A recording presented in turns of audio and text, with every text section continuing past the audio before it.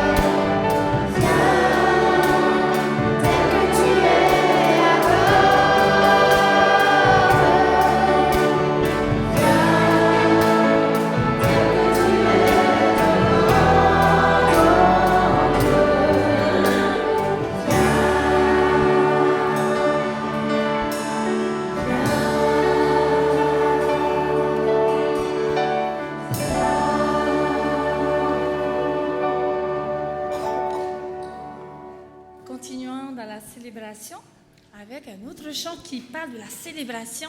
Et venez, alors au début c'est viens, donc tout seul, toi. Maintenant venez, donc comme une famille, nous allons et continuons dans... Merci aux musiciens. Alors, juste un petit clin d'œil à Marc.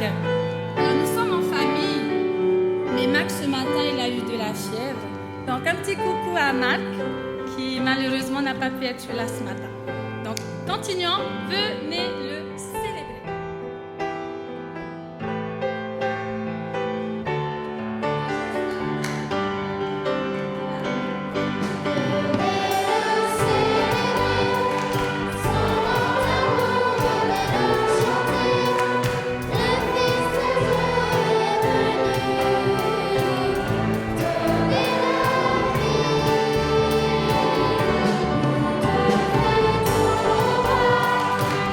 you.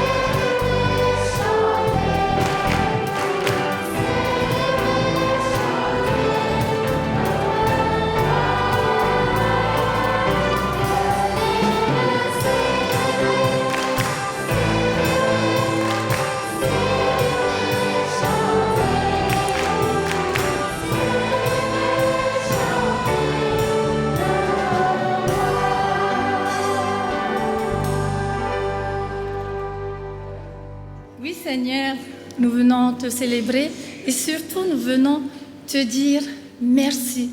Reçois notre chant de reconnaissance et vers toi, nous voulons nous tourner et lever les yeux.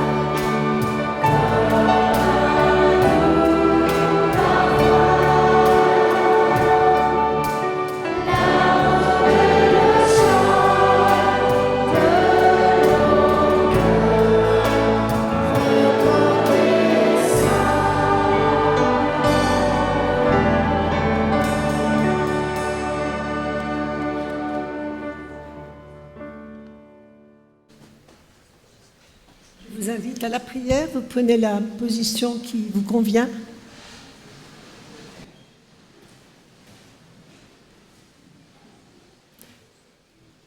Oui Seigneur notre Dieu, c'est avec une infinie reconnaissance que nous venons ici dans ta maison pour t'honorer, pour célébrer ton nom. Merci pour tes bontés chaque jour renouvelées. Merci pour ta patience à notre égard. Et ce matin, que chacun qui est là pour t'écouter, pour écouter le message que Marcel Ladislas nous délivrera, que les personnes qui écoutent en étant dans ce lieu, mais que celles qui sont aussi à écouter chez elles cette prédication, puissent se sentir en communion tous ensemble et puissent sentir ta présence et avoir envie d'être toujours plus près de toi. Seigneur, bénis chacun. Mais nous voulons aussi te demander d'être auprès de ceux qui souffrent, de ceux qui sont dans les difficultés, ceux qui sont dans la peine ou dans l'inquiétude. Que nous te confions particulièrement la famille Galis, qui a donc perdu la maman. Seigneur, aide-les à vivre ce moment de deuil douloureux, de séparation.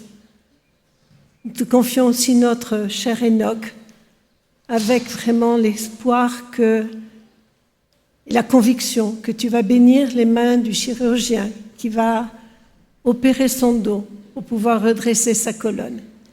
Seigneur, sois auprès de cet enfant et auprès de ceux qui vont s'occuper de lui.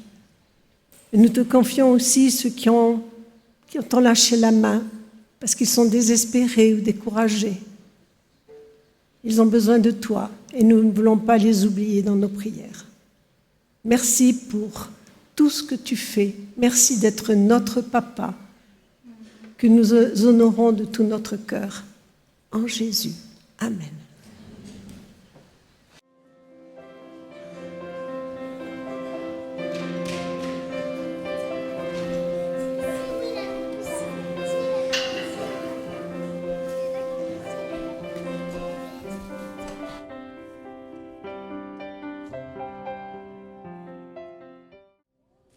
Comment allez-vous?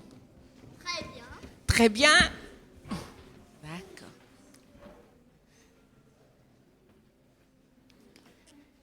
Jésus arriva à Jérusalem. Il avait monté un petit âne. Il était sous un âne. Il arrivait à Jérusalem. Tout le monde était content. Tout le monde regardait Jésus arriver. Ils étaient joyeux. Ils ont même mis des branches d'arbres par terre pour accueillir Jésus. Vous vous imaginez les enfants? Tout le monde regardait Jésus arriver. Sauf que il y avait un petit groupe qui n'était pas content. C'était les chefs du peuple. Vous savez pourquoi ils n'étaient pas contents, les enfants? Parce qu'ils n'aimaient pas Jésus. Exact. Ils étaient jaloux. Ils étaient jaloux.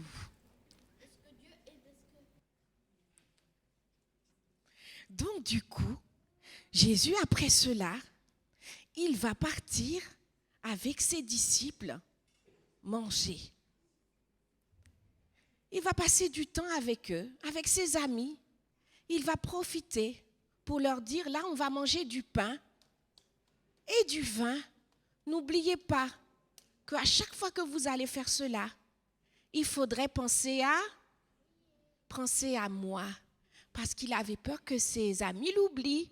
Il leur a dit de penser à lui quand ils vont manger le pain et le vin. Et le soir arrivé, ils ont été dans un grand jardin. Un jardin appelé Gethsémani. Comment s'appelait le jardin, les enfants? Gethsémani, exactement. Alors là-bas, Jésus a dit à ses amis qu'ils vont prier ensemble et que lui, il allait s'éloigner un petit peu pour prier. Et comme ils ont eu une longue journée, on suppose, à chaque fois que Jésus retournait, à votre avis, qu'est-ce que ses amis faisaient? Ils Dormaient. Oh, ils dormaient. Pourquoi est-ce qu'ils dormaient? Parce qu'ils étaient fatigués. Ils étaient peut-être fatigués. Parce qu'ils ne savaient pas quoi faire et parce qu'ils étaient fatigués et parce qu'ils étaient sans Jésus, ils savaient quoi. Oui, ils étaient fatigués. Donc du coup, Jésus va à plusieurs reprises les réveiller et leur dire « Mais je vous avais dit de prier avec moi, réveillez-vous ». Et ils vont se réveiller, mais ils vont se rendormir par la suite. Et Jésus va retourner prier. Pendant que Jésus priait, il y a des soldats qui vont arriver. Ils vont arriver et ils vont venir arrêter Jésus. Ils vont ramener Jésus avec eux et on va interroger Jésus. Vous savez ce qu'on va lui demander à Jésus? On va demander à Jésus, écoute, on va demander à Jésus, est-ce que tu es le roi? Jésus va répondre, mon royaume est ailleurs. Mon royaume n'est pas dans ce monde. Et ils ne seront pas contents. Du coup, ils vont vouloir punir Jésus. Pour le punir,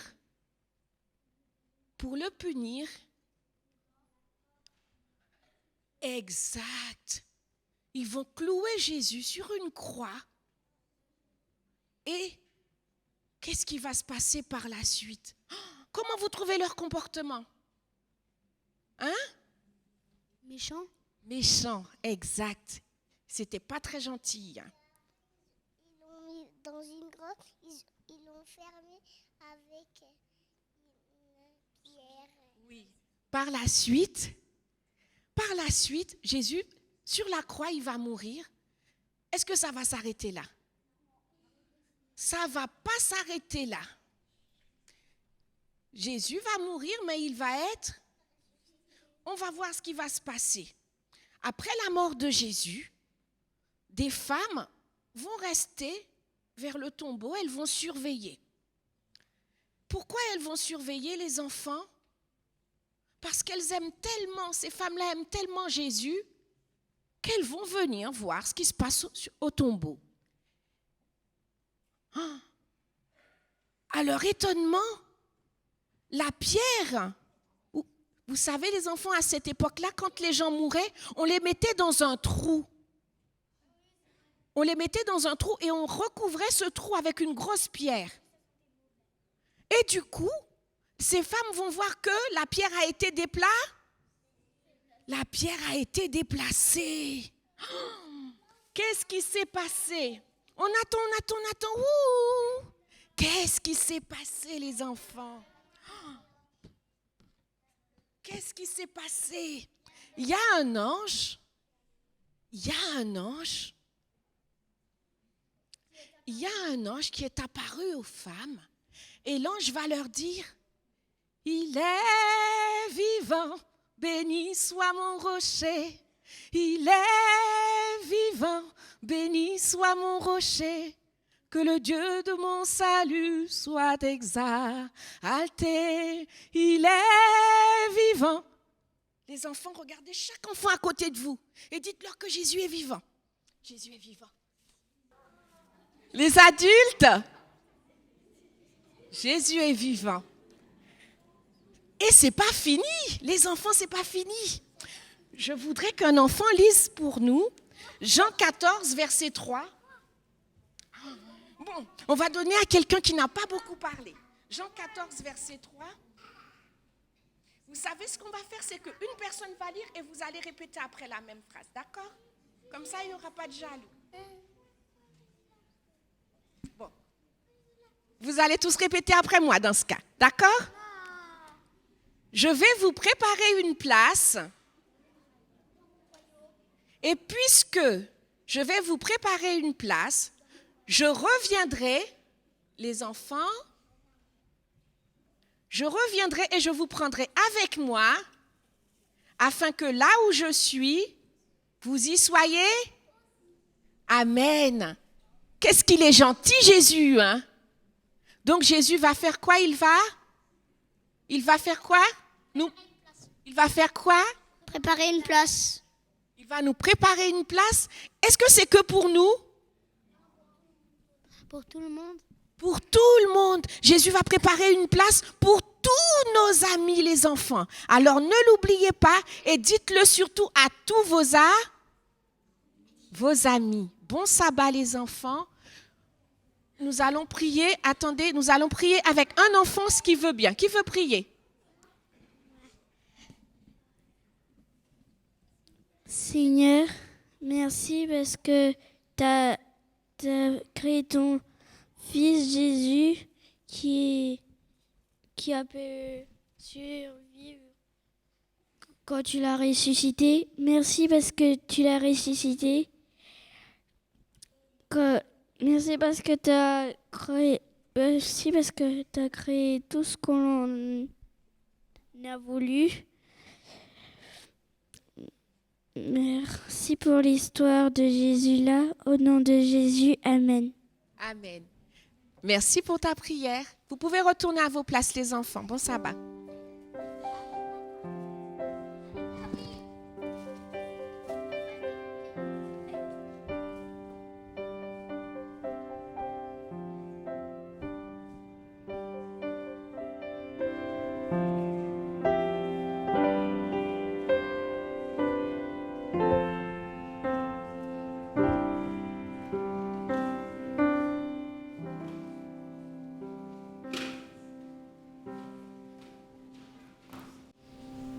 Bonjour à toutes et à tous.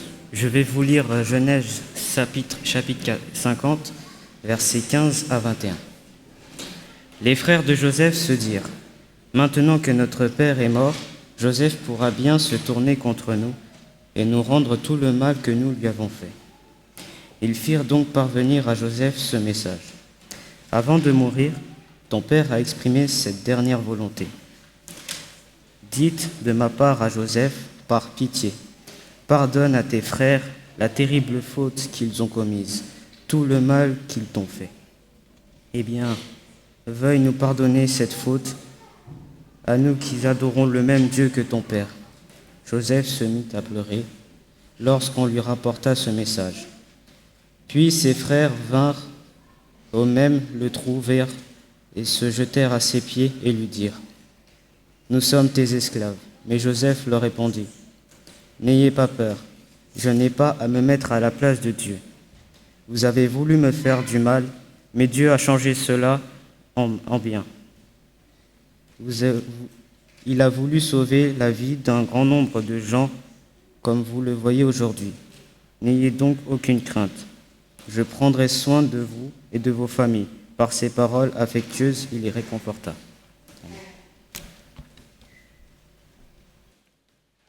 Katzmann, un juif allemand, arrive en France et il se dit : je vais changer mon identité, je vais changer mon nom, je vais le franciser, alors il n'aura pas l'air juif. Alors il demande à quelqu'un de faire la traduction de son nom. Katzmann, l'homme-chat, et celui qui fait la traduction se dit : mais c'est un juif, alors je vais changer l'ordre et je vais mettre Shalom. Échapper à son identité n'est pas chose facile, n'est-ce pas ? Quelle est votre identité ? Un pasteur de Tel Aviv, un ami, s'appelle Shalom. Et si je me tourne vers Matthieu chapitre 5, le verset 9, Jésus disait : Heureux les artisans de la paix, car ils seront appelés fils et filles de Dieu. Notre identité, c'est celle d'être un enfant de Dieu, d'être un fils, d'être une fille de Dieu. Mais pour cela, nous devons être des faiseurs de paix.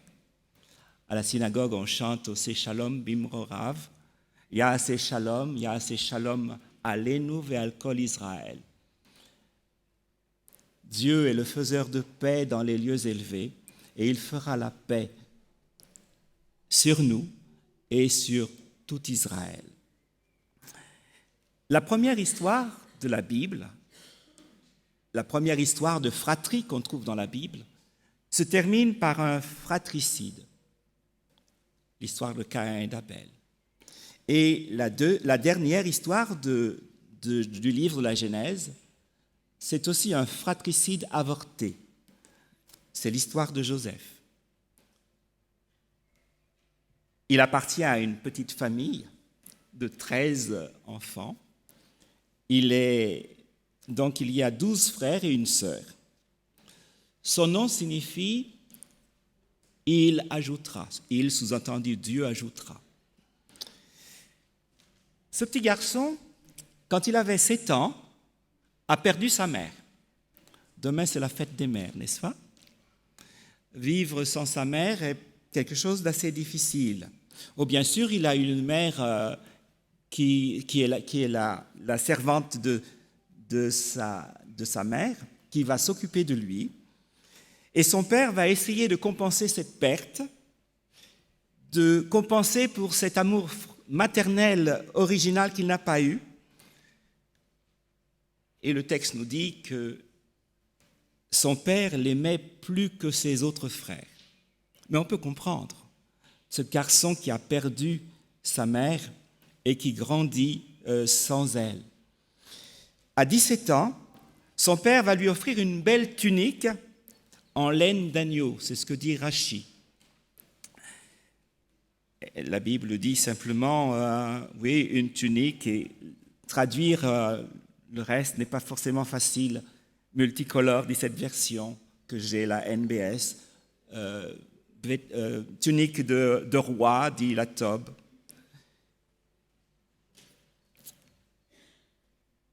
Israël, dit le texte biblique, Genèse 37, le verset 3, Israël aimait Joseph plus que tous ses autres fils, parce que c'était un fils de sa vieillesse, et il lui avait fait une tunique multicolore.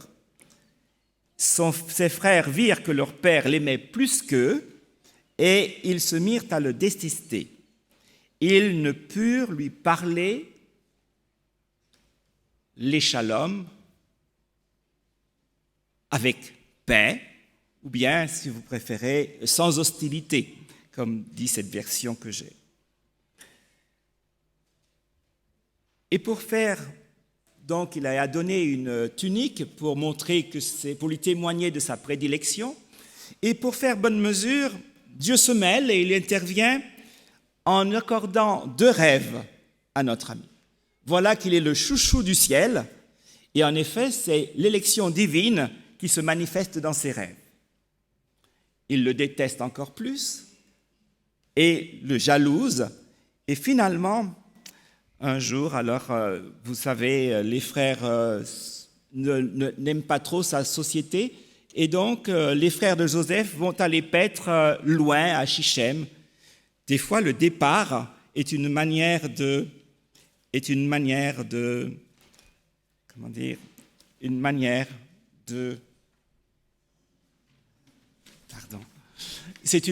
des fois de résoudre un conflit.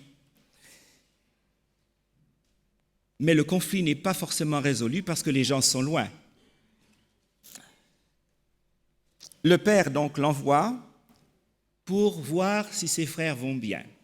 Le texte nous dit pour voir le shalom de ses frères. Et dans la région où ils sont allés, il y a l'histoire de Dina, et vous savez ce qu'a fait Siméon et Lévi. Ils ont été des hommes violents et ils se sont pris aux gens d'un village parce qu'on avait violé leur sœur. Donc, ils ne sont pas forcément en bonne entente avec les gens et donc le père veut s'assurer que tout va bien pour eux. Quand il arrive, on dit « voici le rêveur » et on complote de retrancher ce monsieur ajouté, ce monsieur plus. Rappelez-vous, Yosef signifie « il ajoutera ». Ruben s'interpose et finalement Judas propose de le vendre. Il avait été jeté dans une fosse. Ruben pensait l'enlever de la fosse et de le ramener à son père plus tard. Ils l'ont vendu. Pour reprendre l'expression du prophète Amos, ils ont étouffé leur compassion. C'est Amos 1er, verset 11. Il y a un texte encore dans Amos qui dit « Il ne souffre pas la brisure de Joseph. La brisure de Joseph, le désastre de Joseph, Amos chapitre 6, verset 6. Et ils ne se sont pas souvenus de l'alliance fraternelle. Oh, ce n'est pas à propos de Joseph que cela est dit, mais l'alliance entre frères est une alliance qui est importante dans la parole de Dieu, et même pour nous, dans notre famille. Ils l'ont trahi. Ils l'ont vendu. Le vendu n'est pas celui qu'on pense. Ce sont eux les vendus, ceux qui ont trahi leurs frères, leur père. Peut-être avez-vous le sentiment d'avoir été trahi par l'un des vôtres. Ça peut être un frère, une sœur, un ami. Ça peut être un époux. Amos parle de ceux qui achètent le pauvre pour une paire de sandales. Et quelquefois, vous vous sentez dévalorisé par les autres. On vous trahit pour une paire de sandales. Pour rien du tout. Vous êtes dévalorisé, dérespecté. Nos frères vont prendre un bouc, recueillir le sang, tremper la tunique, cette tunique multicolore, qui est, pour le père, certainement représentait ce doigt d'aînesse qu'il allait accorder maintenant au premier-né de Rachel, plutôt qu'au premier-né de Ruben. Parce que celui-ci s'était déconsidéré. 1 Chronique chapitre 5, le verset 1.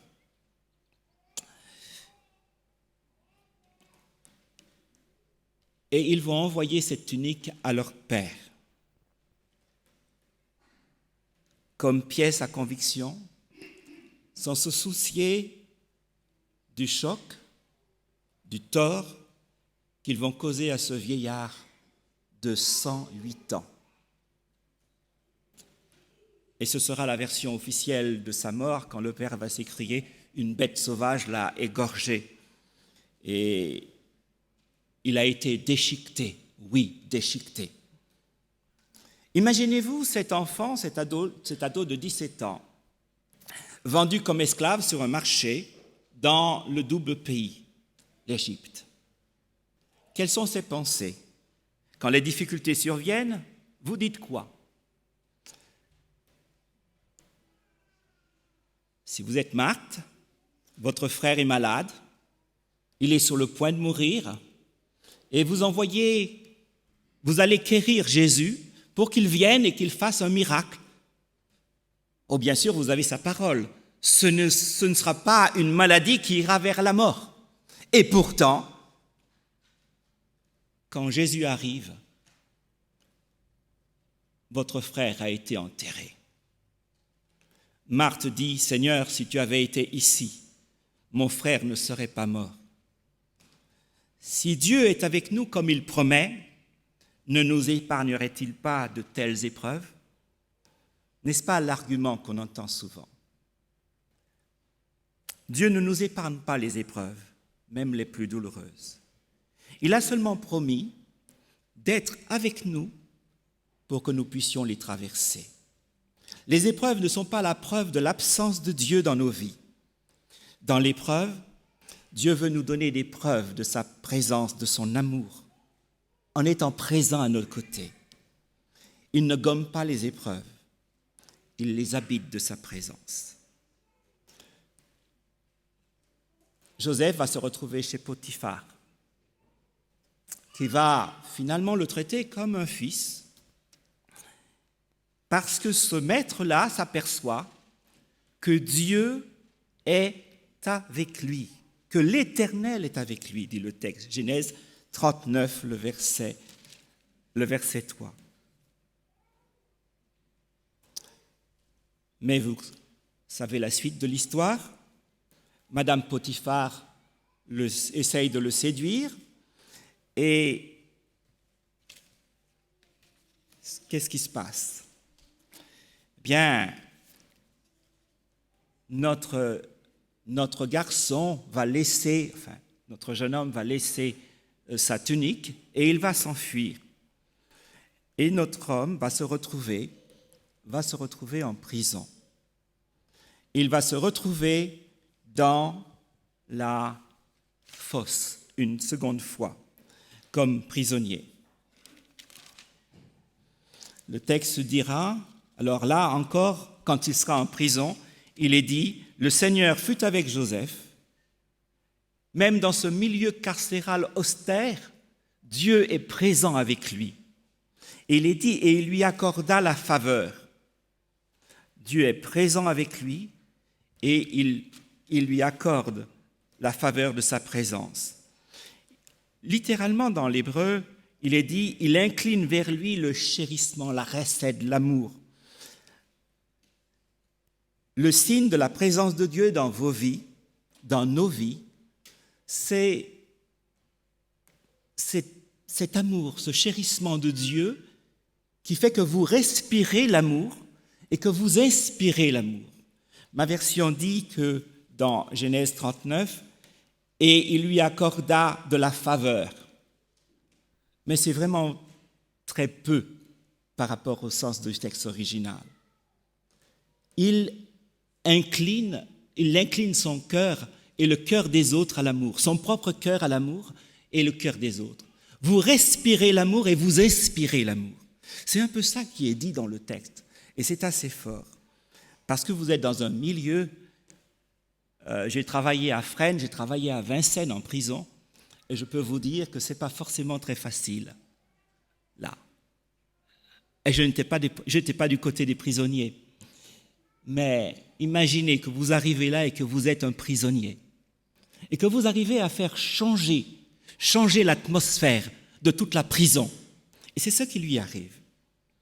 À la fin du chapitre 39, il a 28 ans d'âge.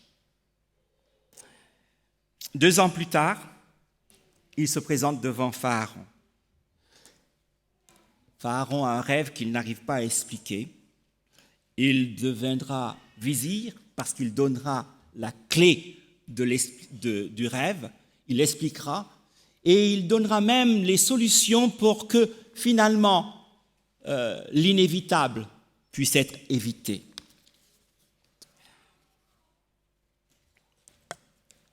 Il y a d'abord 7 ans de bonne récolte. À la fin de la 7e année,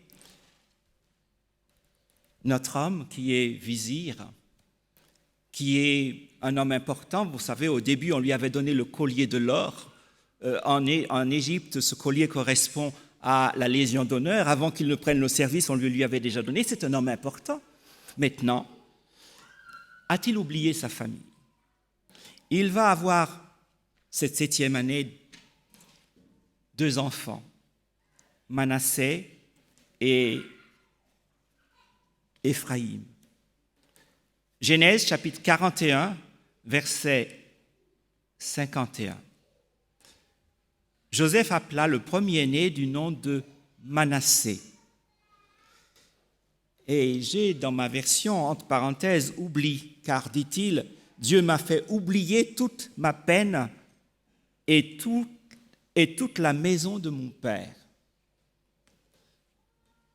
Alors, excusez-moi de retraduire le texte, parce que je me pose la question, a-t-il vraiment oublié les siens? A-t-il oublié vraiment toute sa famille? En hébreu, quand je veux dire oublier, je dis j'ai oublié, shachati, j'ai oublié. Et ce n'est pas ce verbe qui est employé ici.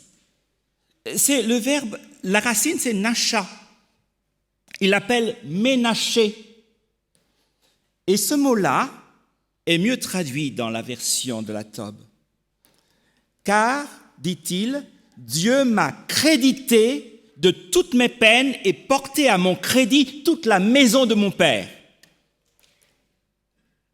Il n'a pas oublié son passé, il n'a pas oublié les siens, et puis il n'a pas oublié surtout ses expériences du passé.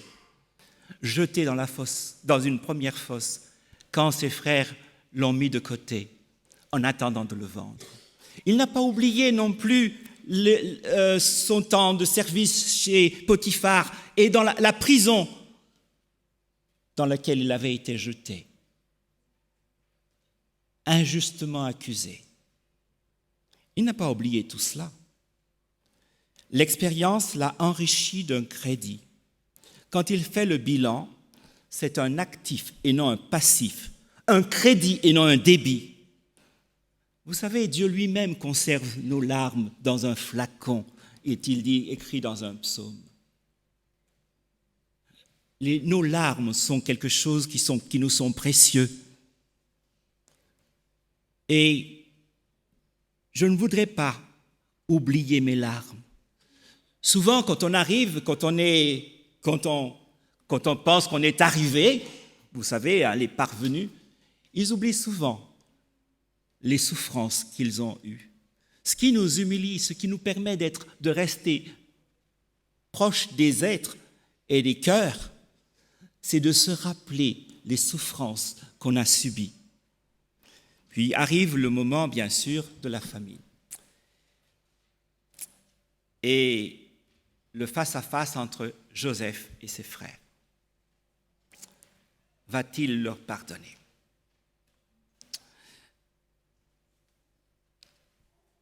Genèse 42, versets 8 et 9.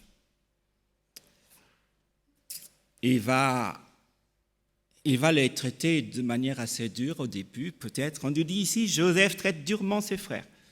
J'aurais dit, c'est du tough love. Et il essaie de savoir un peu que sont devenus ces hommes. Et quand il regarde, il voit tous ses demi-frères, mais son propre frère, de la même mère, il ne le voit pas. Alors il veut faire une petite enquête auprès d'eux. Mais il ne va pas aller leur dire « moi, je suis Joseph », non. Alors il va, pour pouvoir s'enquérir d'eux, pour pouvoir faire son enquête, bien la seule manière qu'il a, c'est de dire « faites-les venir, ce sont des espions ». Et alors il va pouvoir les interroger. et savoir exactement qu'est-ce qui se passe, comment a évolué sa famille pendant tout ce temps.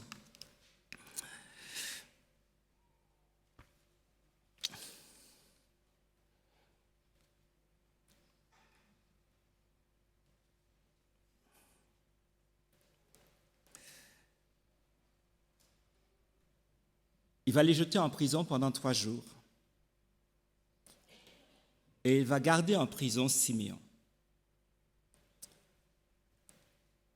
Siméon était un homme assez dur. C'est lui, avec Lévi, qui avait fait des faits de violence dont ils sont coupables. Et c'est certainement la raison de ce choix qui fait que Siméon, parce que Siméon était certainement l'instigateur et le principal auteur du crime, qui fait que aujourd'hui, il le garde en prison.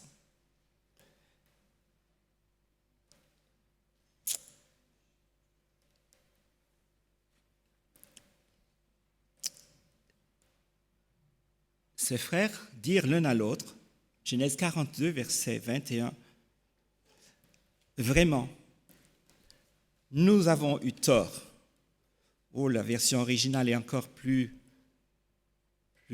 dit, « Nous nous sommes rendus coupables envers notre frère. Quand nous avons vu sa propre détresse, quand il nous suppliait et nous ne l'avons pas écouté. » On ne nous avait pas parlé des pleurs de Joseph au moment où il était dans la fosse, quand ses frères étaient auprès du feu, en train de délibérer ce qu'ils allaient faire de lui. À ce moment-là, nous n'avons pas entendu ces cris, mais c'est surtout les frères qui n'ont pas entendu ces cris. Ils étaient sourds à ce moment. Mais maintenant, des années plus tard, leur conscience commence à se réveiller. Et c'est dans ce moment-là, dans cet aveu et dans cette confession, qu'ils entendent finalement les cris de leurs frères. Nous avons vu sa détresse quand il nous suppliait et nous ne l'avons pas écouté. Et Joseph va apprendre quelque chose d'important. Joseph va apprendre que Ruben, son frère, a plaidé en sa faveur et il a même échafaudé un plan pour le sauver. C'est pour cela, Ruben leur dit, « Ne vous avais-je pas dit, ne péchez pas contre cet enfant » le verset 22, « mais vous n'avez pas écouté. »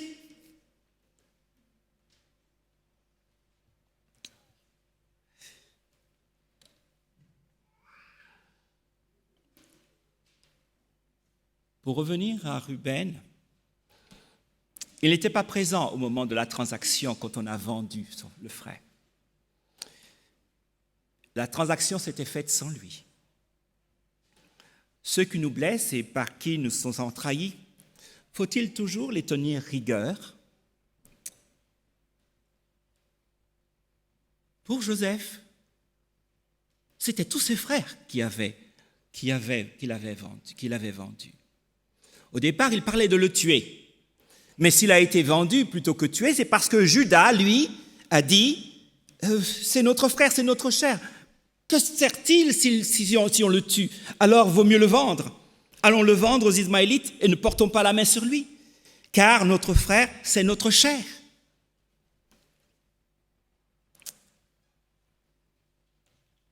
Pour nous, c'est clair. Nous avons été trahis. Nous mettons tout le monde dans le même sac, mais la vie est un sac de nœuds difficile à démêler.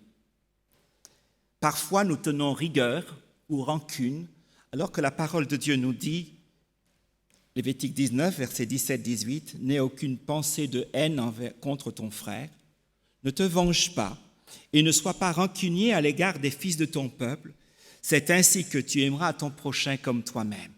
C'est moi le Seigneur. » Une histoire que m'a racontée Guido, puisque je suis souvent aux archives, une histoire qu'il nous a aussi racontée aux élèves une fois à Lola. Et je viens vous la répéter, plus court, parce que j'aurais pu vous m'étendre là-dessus, ça prendrait une demi-heure pour la raconter et l'a raconté aussi bien que Guido. Le 11 février 1944, Suzy Krahe, membre du réseau Deutsche Paris, est arrêtée par la police française qui la cuisine. Elle sera mise sous le grill pendant 3 jours. Le lundi 14 février, elle est confiée à la Gestapo. Et le vendredi 18 février, elle sera torturée.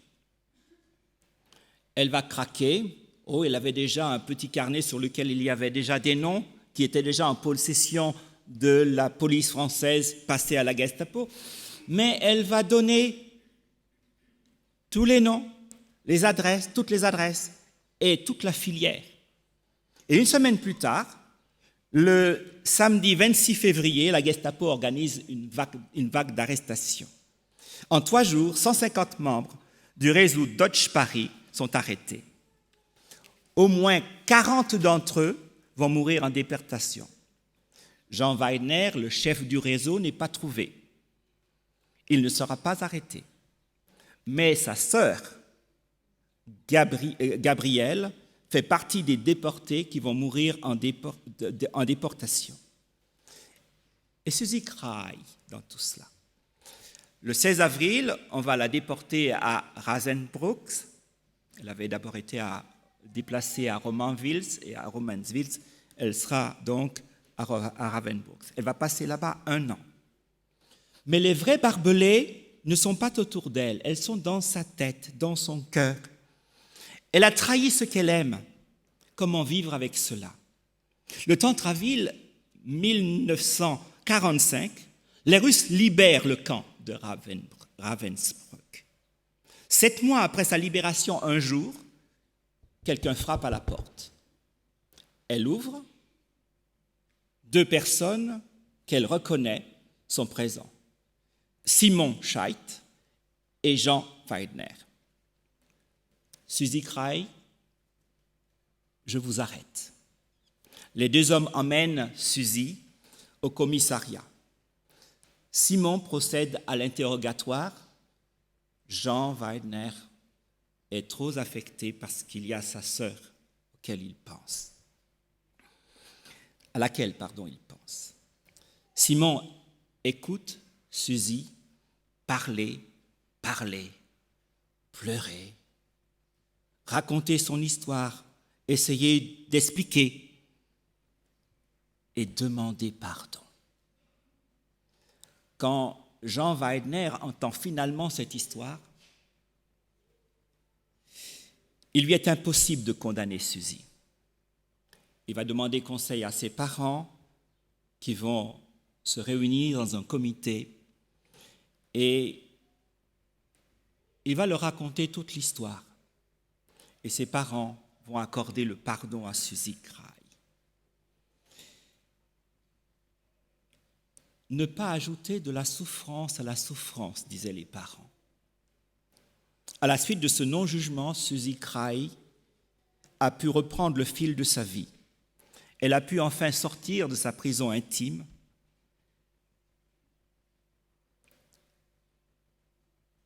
Et c'est ça,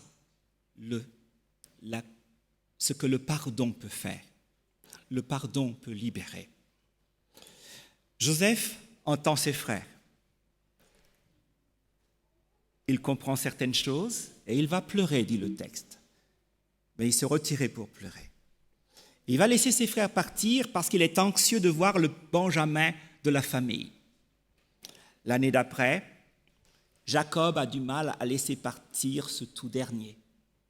Mais il y consent.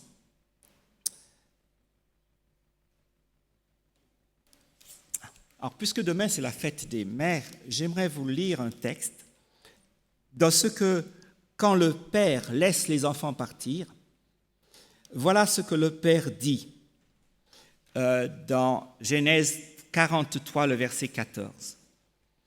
Que le Dieu puissant vous accorde la compassion de cet homme et qu'il laisse revenir avec vous votre frère et Benjamin, votre frère Siméon qui est toujours en prison là-bas en Égypte, et Benjamin. Mais je vais vous dire ce que le texte hébreu dit vraiment. Le texte que vous avez vu, que le Dieu puissant, c'est El Shaddai. Et El Shaddai signifie le Dieu maternel, le Dieu amour, le Dieu qui est le fondateur de la famille humaine, le Dieu qui a donné aux patriarches des enfants, le Dieu quand dans la tradition juive, on lit dans les lettres Shaddai, l'acrostiche de Shomer Dalet Israël, c'est-à-dire le gardien de la maison, de la famille, de la maisonnée d'Israël. Que donc ce Dieu-là, qui est le Dieu Shaddai, le Dieu amour, et Shaddai signifie aussi d'une certaine manière en hébreu aussi les saints, mais il ne faut pas voir cela quand c'est au pluriel, et je le relirai tout à l'heure, quand c'est un pluriel, c'est surtout le Dieu nourricier, le Dieu qui s'occupe de nous et qui fait. Alors je continue. Que le Dieu Shaddai, il est dit ici, vous donnera des matrices vous donnera des matrices en face à l'homme, en face de l'homme. Vous donne des matrices, des utérus, littéralement aussi au pluriel. Voici le commentaire de Chouraki. Il faut comprendre qu'un homme est donné aux matrices d'un autre comme le fœtus à la matrice d'une femme pour y veiller avec amour. Il y a quelque part dans cette phrase quelque chose qui devrait avoir frappé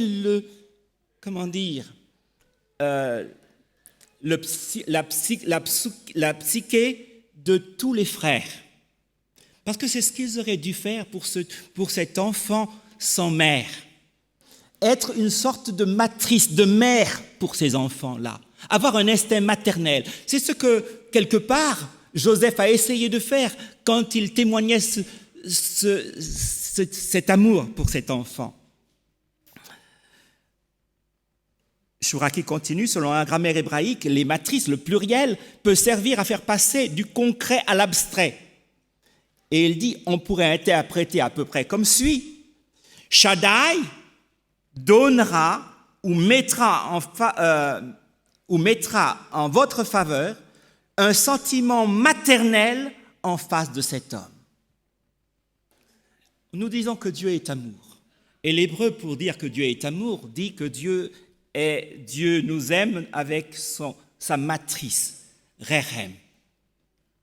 Dieu est un Dieu qui est à la fois Père, mais qui a aussi des sentiments de mère, qui est considéré comme une mère pour nous. Il y a dans le texte d'Ésaïe, chapitre 66, cette phrase qui dit « Comme un homme que sa mère console, ainsi vous serez consolés à Jérusalem. » Dieu est celui, Dieu vous consolera, est-il dit.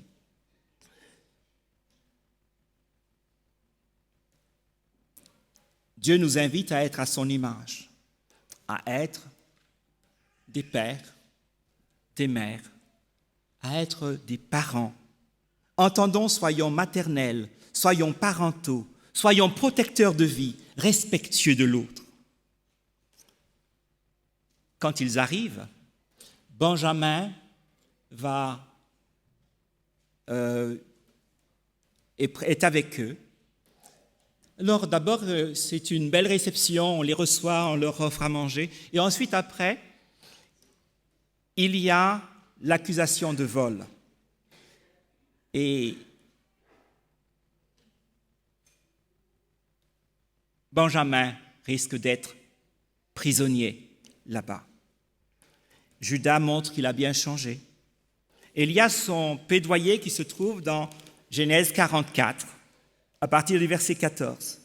Si vous lisez ce texte-là, eh bien vous avez 14 fois le mot de père. Il est très attentif parce qu'il sait combien la mort de Joseph a déchiré son père. Son père, a maintenant 130 ans.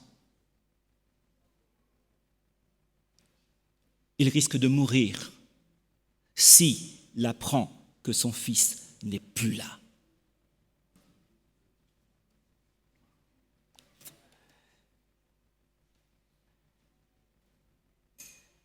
Joseph va craquer, il va pleurer et il va finalement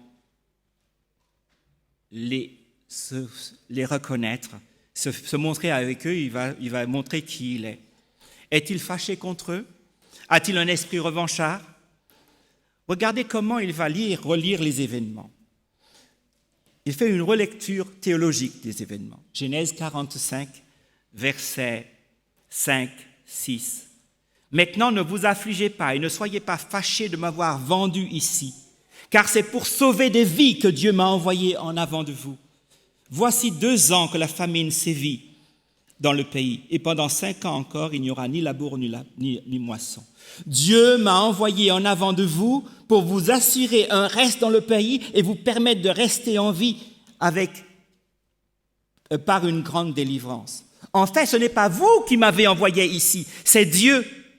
Et il m'a fait père de Pharaon, maître de toute sa maison et gouverneur de toute l'Égypte. Oui,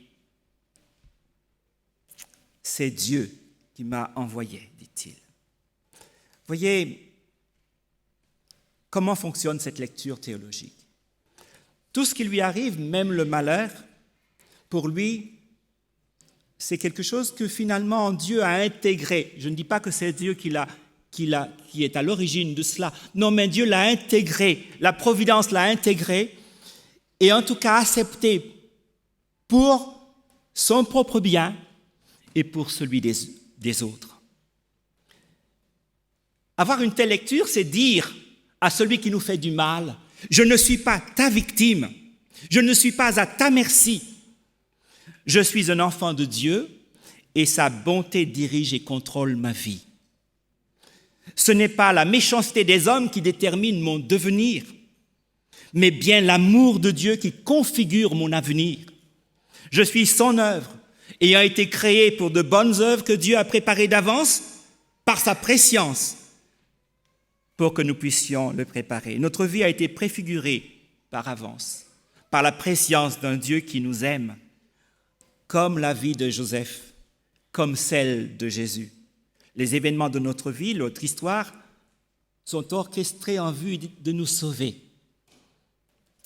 Nous ne voyons pas la fin dès le commencement. Nous ne saisissons pas le détail. Nous ne saisissons que le détail infime du présent dans lequel nous sommes.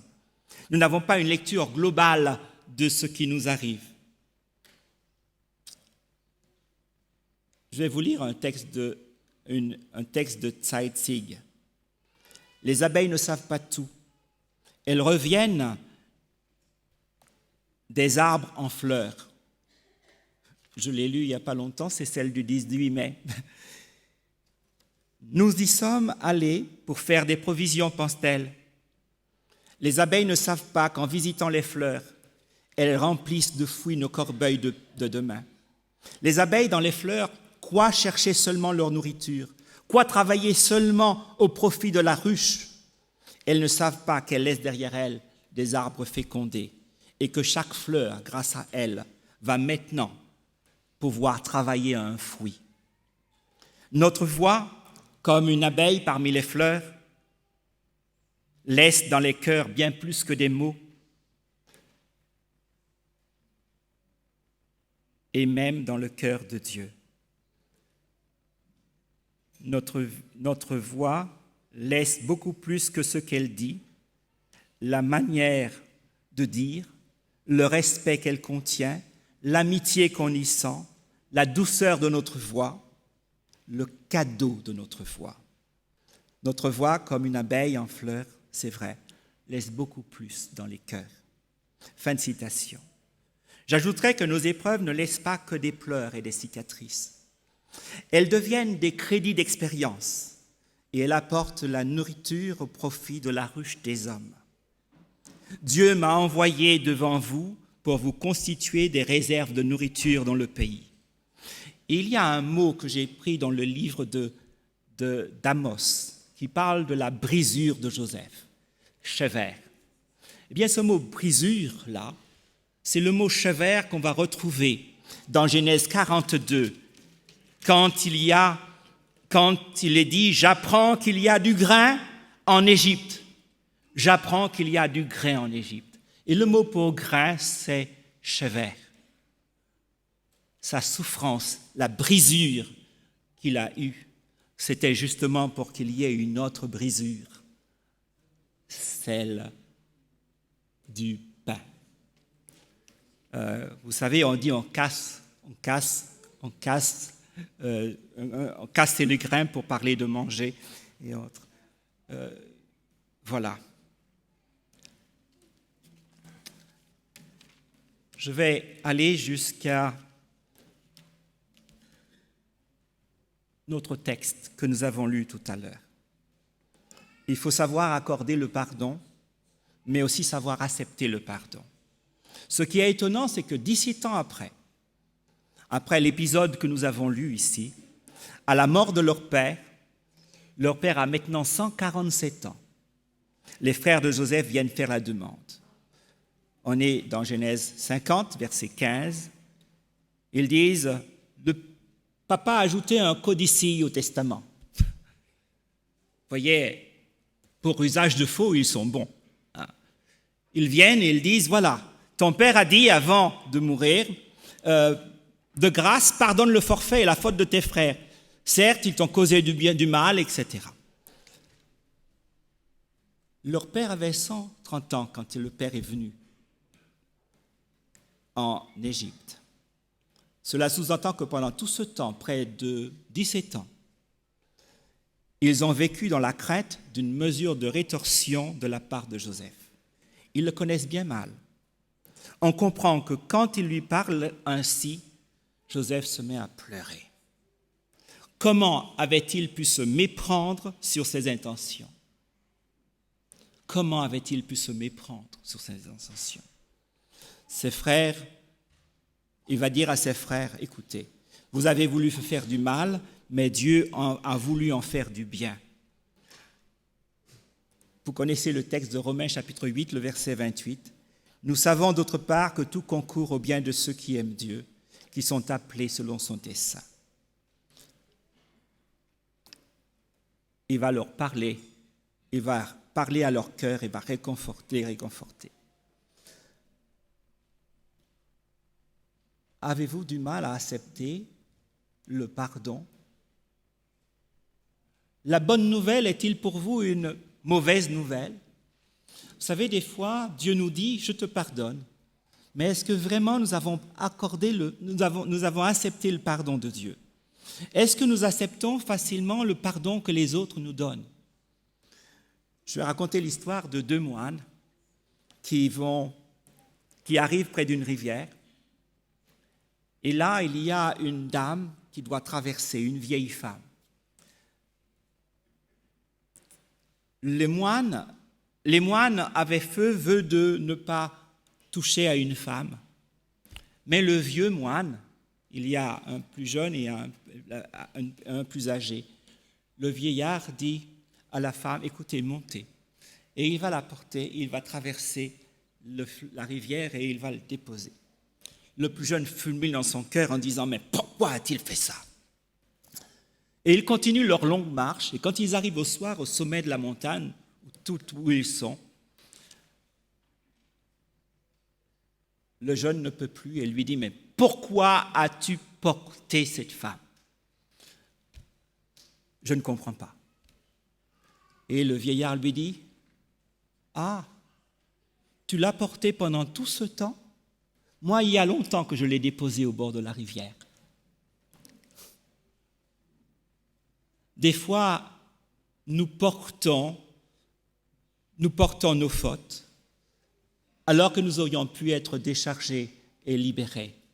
Quand on nous a pardonné, quand on a déposé la faute aux pieds de Jésus, on n'a pas besoin d'y revenir.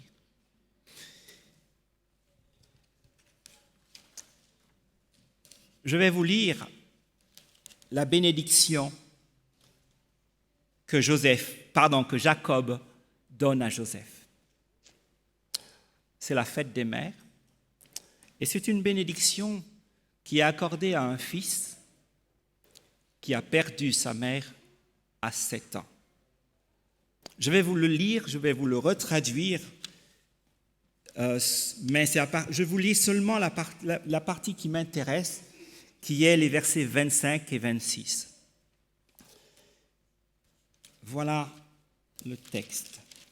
Alors je vais vous le lire simplement comme cela, parce que je vais vous le lire. Par le Dieu de ton Père, qu'il te bénisse.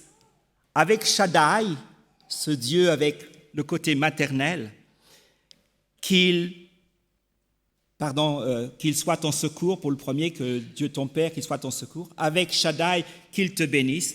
Des bénédictions du ciel en haut et des bénédictions des nappes phréatiques en bas. Des bénédictions de Shaddai et de la matrice. Et matrice ici, c'est un terme qui désigne Dieu comme étant la matrice de l'univers, le créateur de l'univers, mais c'est une manière poétique de le présenter. Les bénédictions de ton Père l'emportent, là on a dit l'emporte, ce n'est pas vraiment le texte, sont fortes, sur, mais ce n'est pas sûr, c'est en plus des bénédictions. Et là j'ai montagne d'antan dans ma version. Et ce n'est pas montagne d'antan, c'est Horai. Horai, ça signifie, parce que montagne c'est Harim en hébreu, ce n'est pas ça qui a été dit, on aurait dit Arei Olam, les montagnes d'éternité, ce n'est pas ce qui est dit. Horai, ça vient de Hara, qui signifie être enceinte. Et c'est le mot qu'on emploie aujourd'hui en hébreu moderne, on dit Horim, ça veut dire les parents. Horai, Shuraki traduit mes géniteurs, mes parents. Et ce mot-là désigne Dieu comme étant le Créateur, comme étant la mère, comme étant le père de chaque être humain. Sur le désir des collines d'autrefois, qu'elles soient sur la tête de Joseph, sur l'occiput de celui qui est le consacré des frères. Et le nazir des frères, ça voudrait dire ici de manière c'est celui qui se consacre et qui se met au service de ses frères.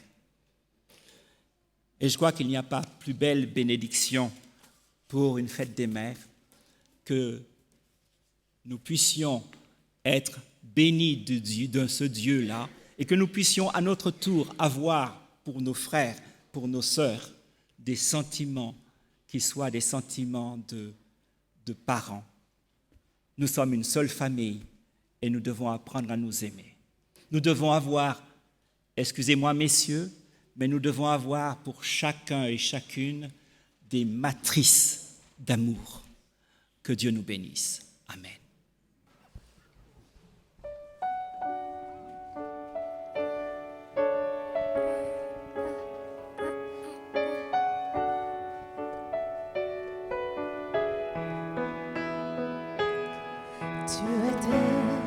Tu es, tu seras toujours le même, toujours le même. Tu as fait, tu fais, tu feras tant de merveilles, tant de merveilles. En ton temps, tout ça.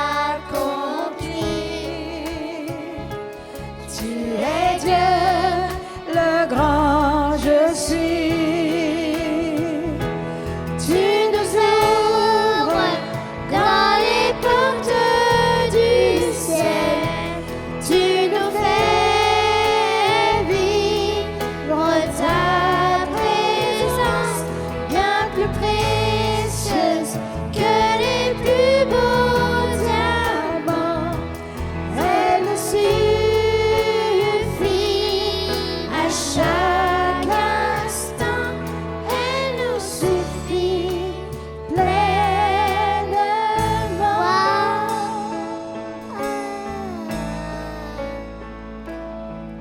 Tu étais, tu es et tu seras toujours le même, toujours à faire, tu fais et tu feras tant de merveilles, tant de merveilles. En ton temps, tout s'accomplit. Tu es Dieu, le grand je suis. Tu nous ouvres dans les portes du ciel. Tu nous fais vivre ta présence, bien plus précieuse que les plus beaux diamants. Elle nous suffit à chaque instant. Tu nous ouvres grand les portes du ciel. Tu nous fais vivre ta présence, bien plus précieuse que les plus beaux diamants. Elle nous suffit à chaque instant. Elle nous suffit pleinement. Elle nous suffit pleinement. Elle nous suffit tellement.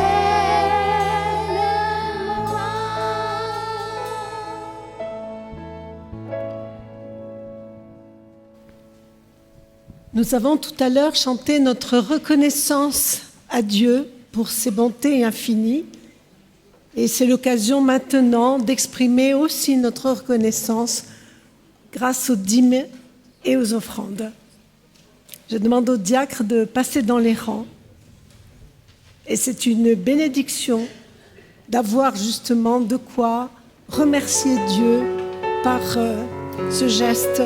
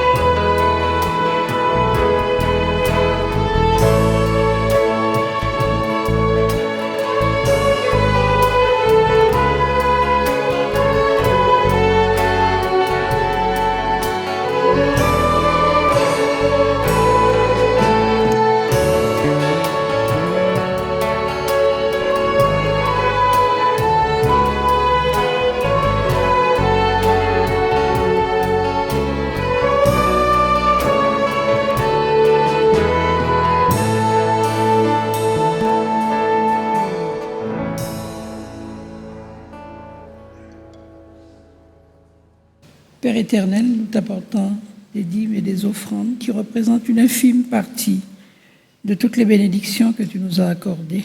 Reçois-les, bénis-les pour le salut de chacun et pour ta gloire. Accorde-nous des cœurs reconnaissants et surtout généreux. En Jésus. Amen. Nous allons tout donner à Dieu. Donc continuons.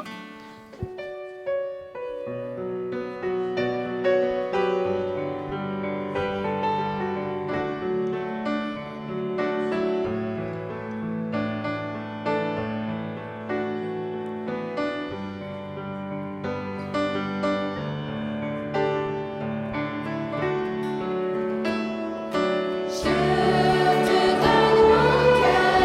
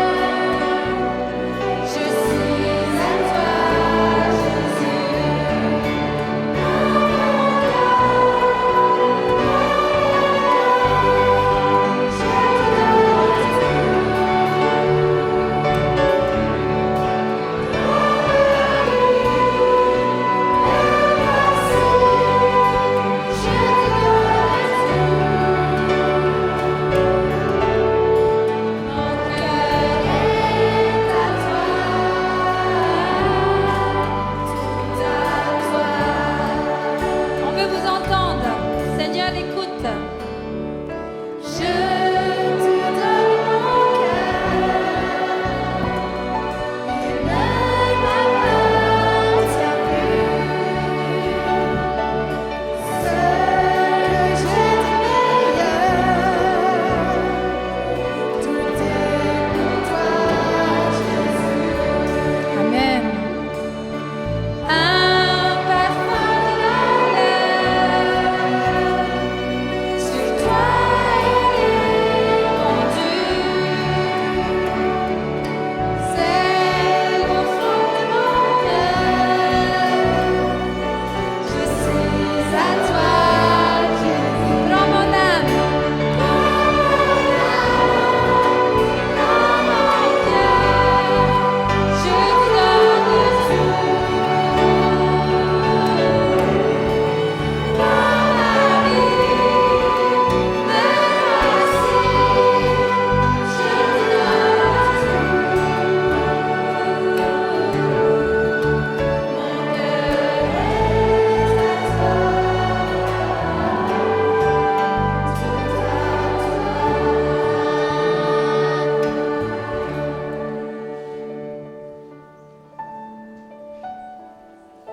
Que le Christ habite dans vos cœurs par la foi et que vous soyez enracinés et fondés dans l'amour, que vous soyez rendus capables de connaître l'amour du Christ et que vous soyez remplis jusqu'à toute la plénitude de Dieu.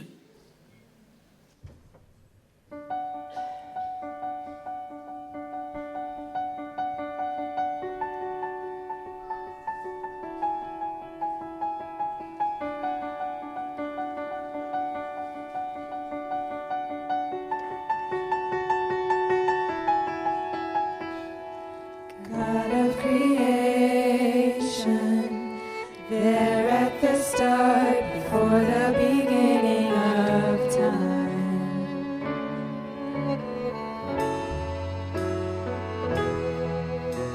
With no point of reference, you spoke to the dark and fleshed out the wonder of light. And as you speak, 100 billion galaxies are born. In the vapor of your breath, the planets form. If the stars were made to worship so light, I can see your heart in everything you've made. Every burning star is signal fire of praise. Creation sings your praise and so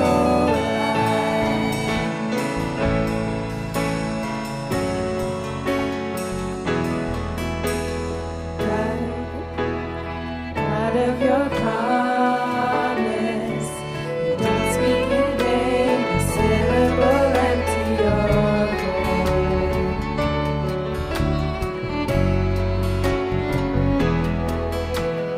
once you have spoken, all nature and science follow the sound of your voice. And as you speak,